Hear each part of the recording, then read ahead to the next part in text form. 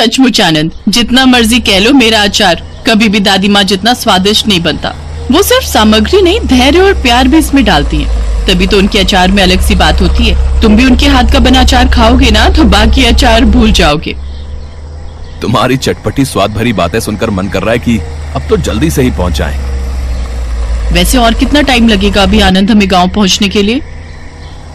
ज्यादा नहीं, ये मैप 20 मिनट और दिखा रहा है और 20 मिनट में पहुंच ही जाएंगे। राधिका मुंबई में नौकरी करती थी, वहीं उसकी शादी आनंद के साथ हुई थी। राधिका के माता पिता नहीं थे, गांव में उसके चाचा चाची और दादी रहते थे। शादी के बाद वो पहली बार अपनी दादी माँ से मिलने उनके गांव जा रही थी। राधिका की दादी सुमित्रा बहुत ही स्वादिष्ट अचार बनाती थी, इसीलिए राधिका का तो बस मन था कि वो जल्दी से ही पहुंच जाए और अपनी दादी माँ के हाथों का बना स्वादिष्ट अचार आनंद को भी खिलाए। कुछ देर बाद आनंद और राधिका गांव पहुंच जाते हैं। सुमित्रा अपनी पोती राधिका को देखकर बहुत खुश होती है। दादी माँ, आज भी ये घर आपके हाथों के बने अचार के मसालों की खुशबू से महक रहा है।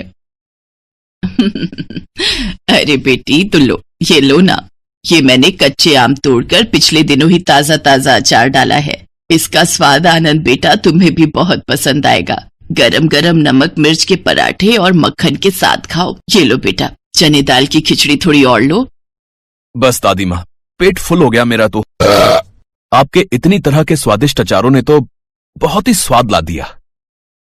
माँ जी, जरा इधर आना। राधिका, तुम्हारी चाची बुला रही है, मैं अभी आती हूँ। हाँ बहू, बोलो, कुछ काम था? ऐसा है माँ जी, बड़े भैया भाभी तो अब इस दुनिया में रहे नहीं। राधिका शादी के बाद पहली बार अपने पति के साथ हमारे घर आई है। खबरदार, अगर इसे 100 रुपए शगुन से ऊपर दिए तो।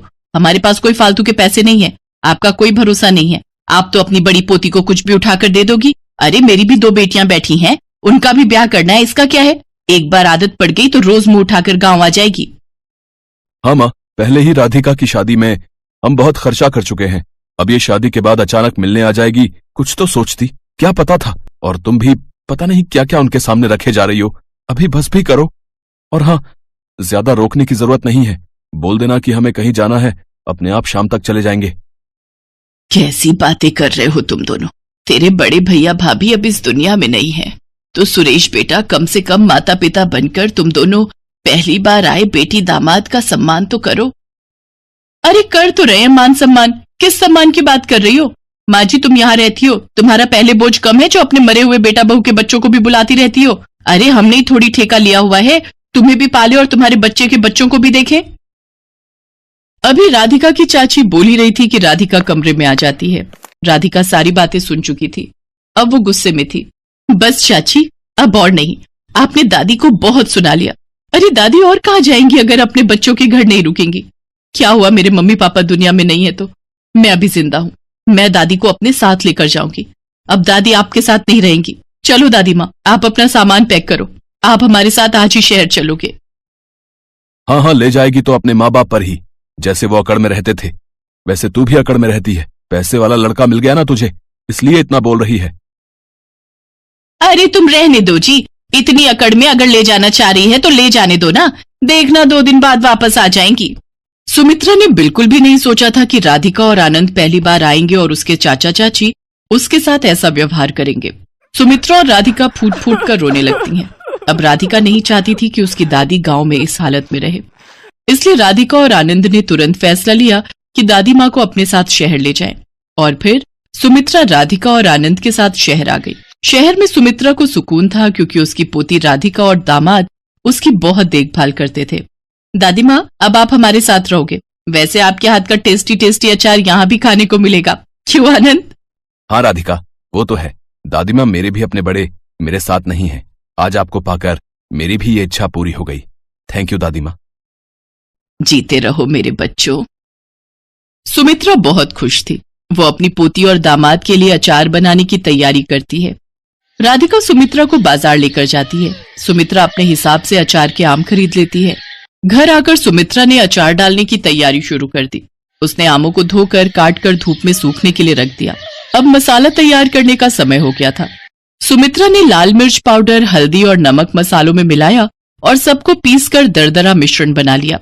दादी माँ, ये देखिए, ये आम धूप में सूख गए हैं। बस तो फिर इन आमों में ये सारे मसाले और सरसों का तेल मिला देंगे। ध्यान रहे बिटिया कि प्रत्येक टुकड़े पर अच्छी तरह से मसाला लगा हो। इसे अच्छे से मिला लो। राधिका, याद रखो बिटिया, तेल को अचार के सभी टुकड़ों पर ढकना चाहिए। तेल अचार को खराब होने से बचाता है। फिर इस अचार को केवल समय की आवश्यकता है। बस अब इसे एक बड़े कांच के जार में डालकर कसकर बंद कर दिया। अब इसे कम से कम 1 सप्ताह तक रखा जाना चाहिए।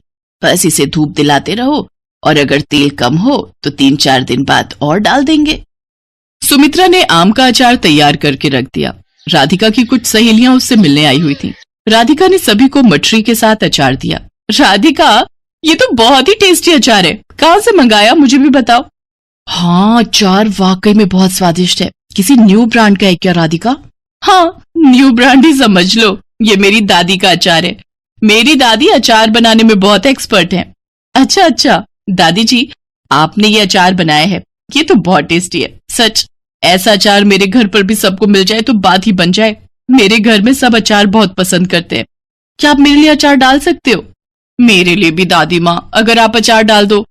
मैंने कई बार डालने की कोशिश की पर मेरे हाथ का अचार खराब हो जाता है, रुकता ही नहीं।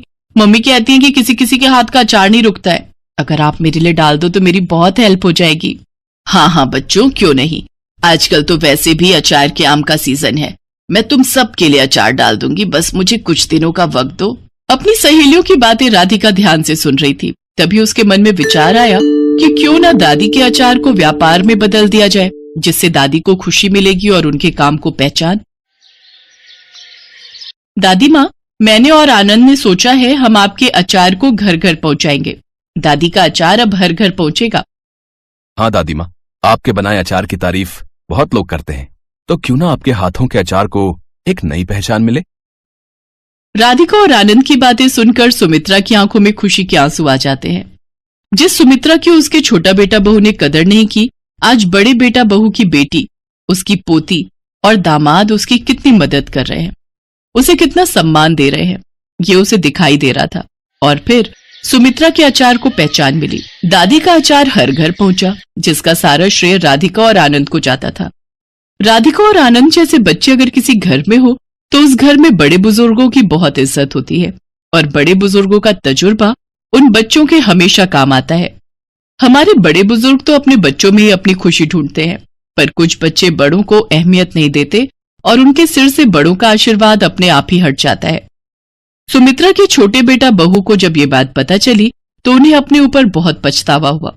सुमित्रा ने उन्हें माफ तो कर दिया, लेकिन वापस उनके पास नहीं गई। वो अब राधिका और आनंद के साथ ही रहती थी और उसकी असली खुशी उन्हीं के साथ थी।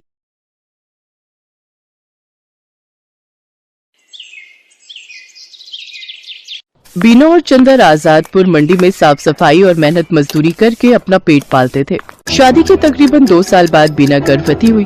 दोनों ही पति पत्नी इस बात से बहुत खुश थे और बेसब्री से नए मेहमान के आने का इंतजार कर रहे थे, लेकिन होनी को शायद कुछ और मंजूर था। एक शाम जब दोनों काम से घर लौट रहे थे तो रास्ते में रेल पटरी क्रॉस करते वक्त चंदर का पैर पटरी में फंस गया। अरे अरे ये मेरा पैर, अरे ये क्या हो गया जी? जल्दी जल्दी पैर निकालने की कोशिश कीजिए। कोशिश तो कर रहा हूँ बीना, लेकिन ये निकल ही नहीं रहा। बीना भी उसकी मदद करने की कोशिश करती है, लेकिन उसका पैर बाहर नहीं निकल पाता। तभी उन्हें ट्रेन की आवाज आती है। जल्दी कीजिए जी, ट्रेन आ रही है। बीना, मुझे लगता है कि मेरा जाने का वक्त आ गया। तुम जाओ यहाँ से और अपना और मेरे बच्चे का ध्यान रखना। मुझे भागे को अपने बच्चे का मुंह देखे बिना ही इस दुनिया से जाना होगा। नहीं, ऐसा मत कहिए जी, मैं आपके बिना कैसे रह पाऊंगी। मैं भी आपके साथ इसी पटरी पर अपनी जान दे दूंगी। नहीं, हमारे बच्चे के लिए तुम्हें जीना होगा बीना। अब जाओ यहाँ से, तुम्हें हमारे होने वाले बच्चे की कसम। जैसे ही बीना पटरी से दूर जाती है तभी ट्रेन आकर विनोद को पल भर में ही काट देती है। बीना की आंखों के सामने उसके पति की मौत हो जाती है। एक ही पल में उसकी हंसती खेलती दुनिया उजड़ जाती है और वो एक विधवा बन जाती है। चंदर के जाने के बाद बीना बिल्कुल अकेली हो चुकी थी। अब वो अकेली ही मंडी जाती और मेहनत मजदूरी करती और उससे जो कमाई होती उससे अपना पेट भरने लगती है। एक दिन बीना घनश्याम को कुछ प्याज फेंकते हुए देख रही थी। अरे घनश्याम भैया, ये आप क्या कर रहे हैं? कुछ नहीं बहन, जो प्याज खराब हो गए हैं उन्हें अलग करके फेंक रहा हूँ। भैया अगर आपको कोई प्रॉब्लम ना हो तो जो प्याज आप फेंक रहे हो वो आप मुझे दे दो, वो मुझ गरीब के काम आ जाएंगे। लेकिन बीना बहन, इन आधे सड़े गले प्याजों का आखिर तुम क्या करोगी? वो मैं आपको बाद में बताऊंगी, फिलहाल आप ये खराब प्याज मुझे दे दीजिए। ठीक है बहन, ले जाओ, वैसे भी ये मेरे किसी काम के नहीं। इसके बाद बीना उन खराब प्याजों को एक थैले में भर लेती है और शाम को अपने साथ घर ले आती है और उसमें से थोड़े ठीक प्याजों को अलग करके रख लेती है और जिनकी हालत ज्यादा ही खराब थी उन्हें अपने घर के बाहर बनी क्यारी में बो देती है। अगले दिन सुबह काम पर जाने से पहले बीना साफ छाटे हुए प्याजों को काट कर आटे में मिलाती है और साथ ही नमक, हरी मिर्च और अजवाइन डालकर उस आटे को गूंथ लेती है। खुद नाश्ता करके वो कुछ पराठे घनश्याम के लिए भी पैक करके ले जाती है। ये लो घनश्याम भैया, आपसे जो कल प्याज लेकर गई थी उनसे मैंने प्याज के पराठे बनाए हैं, जरा आप भी चख कर देखो। रोज दाल चावल खाकर आप बोर हो गए होंगे ना? बीना बहन, हम गरीबों के नसीब में तो दाल चावल और सूखी रोटी ही होती है, भला उससे भी क्या नाराज होना। अच्छा लाओ, तुम इतने प्यार से प्याज के पराठे बनाकर लाई हो तो खाकर देखता हूँ। घनश्याम को बीना के हाथ के बने प्याज के पराठे बहुत पसंद आते हैं। ऐसे ही कुछ समय बीत जाता है। बीना को अब 7वां महीना लग गया था, जिस वजह से वो मजदूरी नहीं कर पा रही थी, जिस वजह से उसके घर खाने पीने की तंगी हो गई थी। ऐसे ही एक रोज जब वो खाना बनाने जाती है तो देखती है कि राशन के सभी डिब्बे खाली हैं। हे भगवान, एक बार को मैं तो भूखी रह लूंगी, लेकिन मेरे अंदर पल रही ये नन्ही जान कैसे भूखी रहेगी? इस हालत में तो कोई मुझे काम भी नहीं दे रहा, अब क्या करूं? हाँ, याद आया, अपनी जमीन में थोड़े प्याज उगाए थे ना, क्यों ना उनको निकाल लूं, वो अब पूरी तरह पक गए होंगे। बीना उन प्याजों को निकालती है और पड़ोस से थोड़ा आटा उधार मांग कर ले आती है। उसके बाद स्वादिष्ट प्याज के पराठे बनाती है। उसके पराठों की खुशबू को सूंघते हुए उसकी पड़ोसन आरती वहाँ पहुँच जाती है। अरे वाह बीना, तेरे घर से तो बड़ी ही अच्छी खुशबू आ रही है, आखिर क्या बनाया है तूने? कुछ नहीं बहन, ये प्याज के पराठे बनाए हैं, लो तुम भी खाकर बताओ कैसे बने हैं। वाह वाह वाह, क्या स्वाद है बीना तेरे हाथों में। अरे इतने अच्छे पराठे तो ढाबे वाला भी नहीं बना पाता। मैं तो कहती हूँ तू प्याज के पराठे का एक ठेला लगाकर बेच और पैसे कमा। जब ऊपर वाले ने तुझे इस हुनर से नवाजा है कि तू इतना अच्छा खाना बना लेती है तो इसका फायदा उठा। उसकी बात बीना को सही लगी और वो मदद के लिए घनश्याम के पास जाती है। घनश्याम के पास एक पुराना ठेला था जिस पर वो गलियों में जाकर प्याज बेचता था, लेकिन जब उसने मंडी में खुद की दुकान ले ली तब से वो ठेला बेकार ही खड़ा रहता था। घनश्याम वो ठेला बीना को देने के लिए तैयार हो जाता है। घनश्याम शाम को अपना पुराना ठेला लेकर बीना के घर पहुंचता है। ये लो बीना बहन, इसकी मरम्मत मैंने करवा दी है, अब तुम इसका इस्तेमाल कर सकती हो। आपका बहुत बहुत शुक्रिया घनश्याम भैया, आपका ये एहसान मैं कभी नहीं भूलूंगी। अगले दिन सुबह जल्दी उठकर बीना सारी तैयारी कर लेती है और मंडी में जाकर अपने प्याज के पराठों का ठेला लगा लेती है। लेकिन काफी देर तक जब कोई ग्राहक नहीं आता तो वो सोचती है, हे भगवान, दिन ढलने को आ गया लेकिन अभी तक एक भी ग्राहक नहीं आया। अगर ऐसे ही चलता रहा तो मैं अपने होने वाले बच्चे को क्या खिलाऊंगी? लगता है अब बिजनेस चलाने के लिए कोई तरकीब लगानी होगी। एक काम करती हूँ, कम दाम करके बेचती हूँ। एक बार मेरे पराठों का स्वाद सबकी जुबान पर चढ़ गया तो वो कहीं और जा ही नहीं पाएगा। इतना सोचकर बीना आधे दाम में प्याज के पराठे बेचने लगती है। कम दाम में बहुत सारे लोग बीना के पराठे खाने लगे। कुछ दिन बीना ने सबको कम दाम पर ही पराठे बेचे, लेकिन फिर जब उसके ग्राहक बढ़ गए तो उसने रेट बढ़ा दिए। लेकिन तब तक वो पूरी मंडी में प्याज के पराठों वाली के नाम से मशहूर हो चुकी थी। कुछ ही दिनों में उसकी अच्छी खासी कमाई होने लगी थी। वो भगवान के आगे हाथ जोड़कर बोलती है, हे भगवान, तेरी कृपा से और कुछ अच्छे लोगों की मदद से मेरा काम बहुत अच्छा चल पड़ा है और मैं अच्छी खासी कमाई कर लेती हूँ। बस मुझ पर ऐसी अपनी कृपा दृष्टि रखना ताकि मैं अपने बच्चे को एक अच्छी जिंदगी दे सकूं। कुछ ही दिनों में बीना खुद का ढाबा खोल लेती है। अब उसकी खूब अच्छी कमाई होने लगी थी। उसका काम और बढ़ गया था, इसलिए उसने अपनी मदद के लिए 2 लाचार औरतों को रख लिया था। बीना की डिलीवरी का समय भी आ गया और उसने एक बेटे को जन्म दिया। महीने भर का रेस्ट लेने के बाद वो वापस काम पर जाने लगी और अपने साथ अपने बच्चे को भी ले जाती। अब वो काम संभालने के साथ साथ अपने बच्चे की भी अच्छी परवरिश करने लगी और खुशी खुशी उसके साथ रहने लगी।